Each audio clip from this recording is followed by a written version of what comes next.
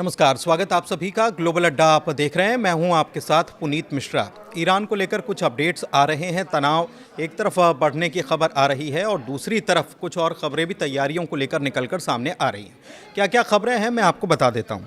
दरअसल रिपोर्ट ये बता रही है कि ईरानी हथियार जो है वो दुनिया के सबसे ताकतवर हथियारों में से एक है और ट्रंप ने इसी वजह से ये आदेश कर दिया है कि अमेरिका का यानी USAF कैपेबिलिटीज़ जो हैं उनका पूरा इस्तेमाल किया जाए, जिसकी $100 बिलियन कीमत आंकी जाती है ईरान की बैलिस्टिक और न्यूक्लियर मिसाइलों और ड्रोन्स को तबाह करने के लिए। मतलब पूरी ताकत झोंक दी जाए अमेरिकी फोर्सेस की तरफ से, ये ऐसा कहा जा रहा है।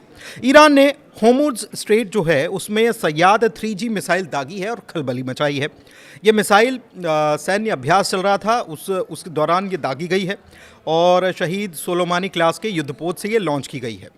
ये परीक्षण ऐसे वक्त में हुआ है जब अमेरिकी राष्ट्रपति ट्रंप ईरान के खिलाफ संभावित सैन्य कार्रवाई करने की तैयारी में लगे हुए हैं।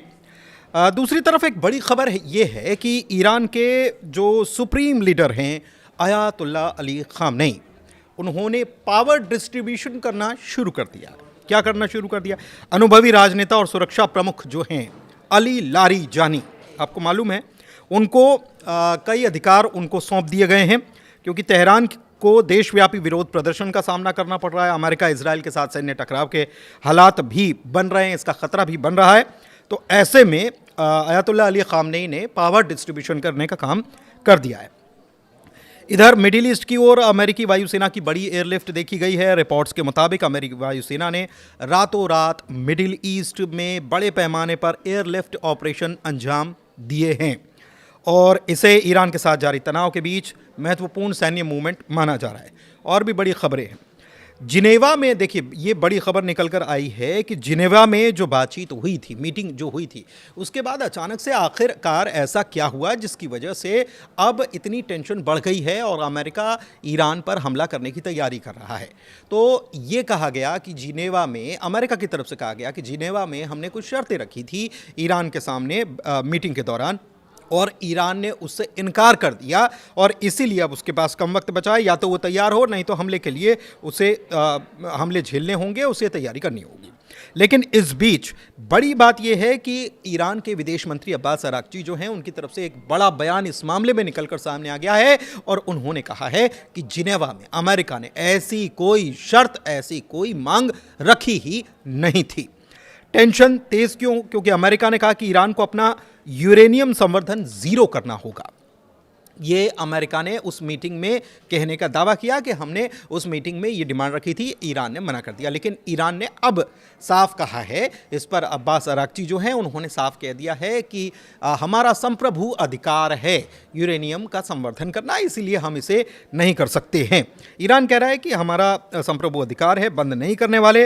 होर्मुज़ जो स्ट्रेट है उसमें पहली बार समंदर से छोड़े जाने वाली सयाद 3G मिसाइल का परीक्षण ईरान ने कर दिया। अब ये इसकी ताकत बार बार इसका नाम आ रहा है, तो इसकी ताकत क्या है इसके बारे में मैं आपको बता देता हूँ।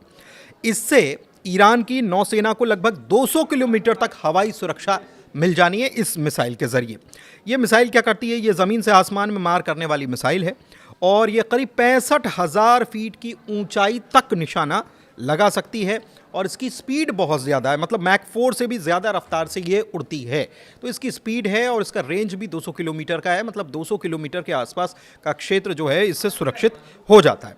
एक खबर और आ रही है कि ऐसे में जब अमेरिका तैनाती कर रहा है, उसका जो Gerald USS Gerald R. Ford जो विमान वाहक पोत जो है वो आगे की तरफ बढ़ रहा है और मिडिल ईस्ट में एंटर भी कर चुका है। उस वक्त में खबर यह है कि चाइनीज़ एक एयरक्राफ्ट है, वो उसने उड़ान भरी है और उसमें ये कहा जा रहा है कि वो जा रहा है मिडिल ईस्ट की तरफ, ईरान की तरफ, जिसमें हथियार हैं, रडार हैं, ड्रोन हैं और एयर डिफेंस सिस्टम भी उसमें मौजूद है। तो ये सप्लाई करने के लिए जा रहा है, ऐसा कहा जा रहा है। अमेरिकी विशेष दूत जो हैं स्टीव विटकॉफ, उन्होंने एक बड़ी बात कही है। उन्होंने क्या कहा है कि ईरान के जो निर्वासित क्राउन प्रिंस हैं रेज़ा पहलवी, उनसे उन्होंने मुलाकात की थी। और ये मुलाकात क्यों की थी? क्योंकि ट्रंप ने उनको कहा था कि जाके मुलाकात कीजिए, इसलिए मुलाकात की थी। और उन्होंने ये भी कहा कि बैठक चर्चा का हिस्सा थी, लेकिन इस बात पर उन्होंने जोर दिया कि अमेरिका नीतिगत फैसले जो है वो ट्रंप की नीतियों से जुड़े होंगे। अमेरिका के मतलब ईरान में सत्ता परिवर्तन की बात चल रही है यहाँ पर कि रिजीम अगर बदला जाता है तो क्या रेज़ा पहलवी होंगे, तो नाराज़ चल रहे हैं डोनाल्ड ट्रंप, ऐसी खबरें आ रही थी। लेकिन स्टीव विटकॉफ मिलते हैं रेज़ा पहलवी से, लेकिन कहते क्या हैं कि जो भी फैसला होगा ईरान को लेकर, उनको अभी से ये प्लानिंग उनकी शुरू हो गई है कि ईरान में रिजीम चेंज होगा तो किसको बिठाना है। अभी हालांकि अभी टकराव भी नहीं हुआ है, लेकिन ऐसा लग रहा है। तो इसमें रेज़ा पहलवी के विचारों से, रेज़ा पहलवी के हिसाब से कुछ भी नहीं होगा, एक मैसेज दे दिया गया। एक खबर और आई है कि तेहरान के परंद में कई जगह आग और धमाकों की खबर निकल कर आ रही है। पुष्टि नहीं हुई है, लेकिन खबर निकल कर आ रही है। और रिपोर्ट्स ये बताती है कि तेहरान के परंद शहर में कई जगहों पर आग और घने धुएं का गुबार उठा है और कुछ हिस्सों में बिजली सप्लाई भी बाधित हुई है। कुछ लोगों का ये भी कहना है कि कुछ धमाके जैसी आवाज़ सुनी गई, जिस इमारत के ऊपर धमाकों की आवाज़ सुनी गई उसके ऊपर से एक जेट विमान उड़ता हुआ दिखाई दिया, ऐसा कहा जा रहा है। पुष्टि नहीं हुई है। लेकिन नेतन्याहू की तरफ से जो बयान आया वो एक बड़ा बयान है, उसकी चर्चा करना ज़रूरी है। वो ये कह रहे हैं कि अगर यहूदी नहीं होते तो अमेरिका नाम की कोई चीज़ दुनिया में नहीं होती। मतलब आप ज्यूज़ जो हैं उनका होना कितना महत्वपूर्ण है इस दुनिया के लिए, वो अपने इस बयान में ये कहते हुए नज़र आ रहे हैं। और वो ये भी कह रहे हैं कि हम अमेरिका को इस दुनिया में लाए हैं। और एक प्रकार से उनके इस बयान में अब अलग अलग तरीक़े से नेतन्याहू के इस बयान को देखा जा रहा है। कुछ लोग ये कह रहे हैं कि अमेरिका को एक प्रकार से वो चेतावनी और धमकी दे रहे हैं कि अगर हम आपको लेकर आए हैं तो हम आपको हटा भी सकते हैं, इतनी ताकत हम रखते हैं। एक चीज़ और है कि अमेरिकी इकोनॉमी में ज्यूज़ जो हैं उनकी बहुत बड़ी हिस्सेदारी है। तो क्या इसके ज़रिए एक चेतावनी अमेरिका तक पहुंचाने की कोशिश की जा रही है कि ईरान पर आपको हमला करना ही होगा? ये नेतन्याहू के बयान के क्या मायने हैं, इसको थोड़ा सा समझने की ज़रूरत है। कई इसके एस्पेक्ट्स हो सकते हैं। नेतन्याहू की धमकी की वजह से अमेरिका और ट्रंप इजराइल का इतना सपोर्ट करते हैं, इतनी बात मानते हैं, इसको लेकर क्वेश्चन मार्क करके लोग सवाल भी कर रहे हैं। अच्छा, इस बीच ये है कि ईरान, सऊदी अरब, इजिप्ट, जॉर्डन और लेबनान जो हैं उन्होंने माइक हकबी जो हैं उनके ग्रेटर इजराइल प्रोजेक्ट 2030 का ग्रेटर इजराइल प्रोजेक्ट है उसकी कड़ी निंदा की है। और उन्होंने इसकी मजम्मत करते हुए एक तैयारी भी शुरू कर दी है, ऐसी खबरें हैं। और कैसी तैयारी है? अरब के मुल्क जो हैं, ये सारे अरब मुल्क एक नया गठबंधन या गठजोड़, एक नया टाई अलाई जो है वो बनने जा रहे हैं, ऐसा माना जा रहा है। इस पर विचार शुरू कर दिया गया है, जिसमें ईरान होगा, रशिया होगा, चाइना होगा, ताकि वो अपनी सुरक्षा कर पाएँ। और ये धमकियां, और ख़ास तौर पर क्योंकि बात केवल ये नहीं है, ये जो बयान निकल कर सामने आया माइक हकबी का, और इसमें उन्होंने कहा कि 2030 तक इसराइल को ग्रेटर इसराइल कर लेना चाहिए और मिडिल ईस्ट को पूरा अपने काबू में ले लेना चाहिए 2030 तक। तो अगर उनका ये बयान है तो ये केवल ईरान को लेकर नहीं है, ये बयान जो है ये आसपास के मिडिल ईस्ट के जितने भी अरब मुल्क हैं उनको लेकर भी है। तो उनको भी अब ख़तरा महसूस होने लगा है, जिस खतरे के बारे में ईरान पहले से आगाह कर रहा था। इस बीच ट्रंप जो हैं, एक खबर और है, और ये खबर पुष्टि तो नहीं हुई है, लेकिन ट्रंप जो हैं वो एक बार फिर से जो हालात बन रहे हैं, जो खबरें निकलकर उन तक भी पहुंच रही हैं, तो एक बार फिर से उनको लग रहा है कि नेगोशिएशन कर लेना चाहिए, बातचीत कर लेना चाहिए, बैठक कर लेना चाहिए, बजाय कि मिलिट्री कॉन्फ्लिक्ट हो, मतलब कि सैन्य टकराव हो, उसके बजाय बातचीत कर लेना चाहिए।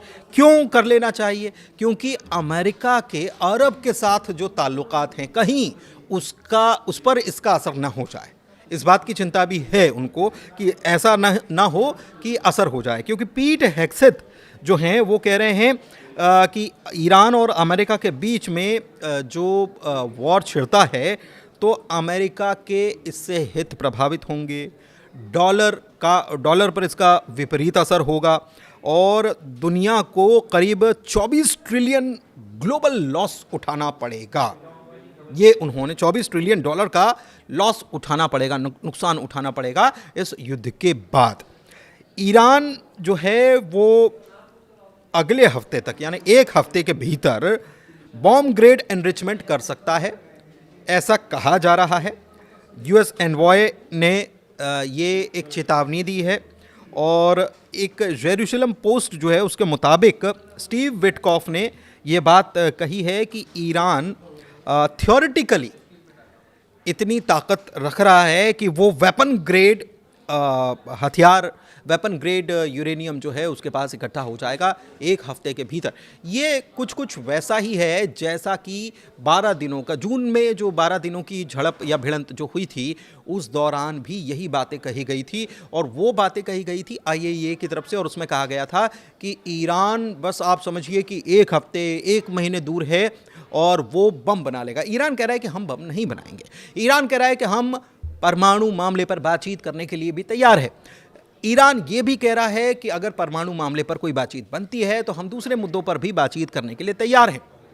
ईरान ये भी कह रहा है कि परमाणु संपन्नता या परमाणु को इकट्ठा करना या एनरिचमेंट जो है वो इसलिए भी ज़रूरी है कि हमको हथियार नहीं बनाना, लेकिन हमारी ज़रूरतों के लिए ज़रूरी है, चाहे वो खेती की बात हो, चाहे वो दवाइयों की बात हो, चाहे वो एनर्जी की बात हो। तो इसके लिए हमारा ये अधिकार भी है, संप्रभु अधिकार भी है।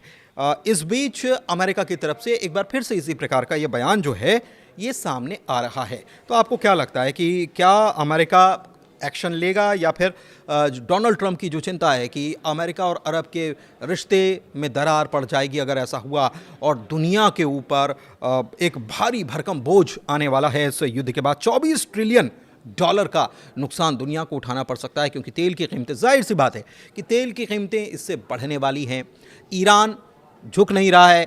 ईरान साफ तौर पर कह चुका है कि हम किसी के सामने सर नहीं झुकाएंगे। उसने ये भी कह दिया है कि होर्मुज़ जो है हम उसको ब्लॉक कर देंगे। ईरान केवल अकेला नहीं है, ईरान के साथ कई सारे मुल्क भी खड़े हुए हैं। चाहे वो चाइना की बात करें, चाइना कुछ सपोर्ट भी भेज रहा है, चाइना की तरफ से कुछ इमेजेस भी भेजी गई हैं। ऐसी खबर निकलकर सामने आ रही है कि चाइना ने कुछ सैटेलाइट इमेज जारी की है। दूसरी तरफ रशिया की तरफ से सैन्य साजो सामान पहले ही सप्लाई हो चुका है, चाहे S-400 की बात हो या दूसरे एयरक्राफ्ट की या जेट्स की बात हो। इसके अलावा यमन में हूथी जो हैं उन्होंने भी साफ तौर पर कह दिया है कि अगर अमेरिका नहीं मानता है तो हम अपना टारगेट सेट करके बैठे हैं कि हमको क्या करना है लाल सागर में।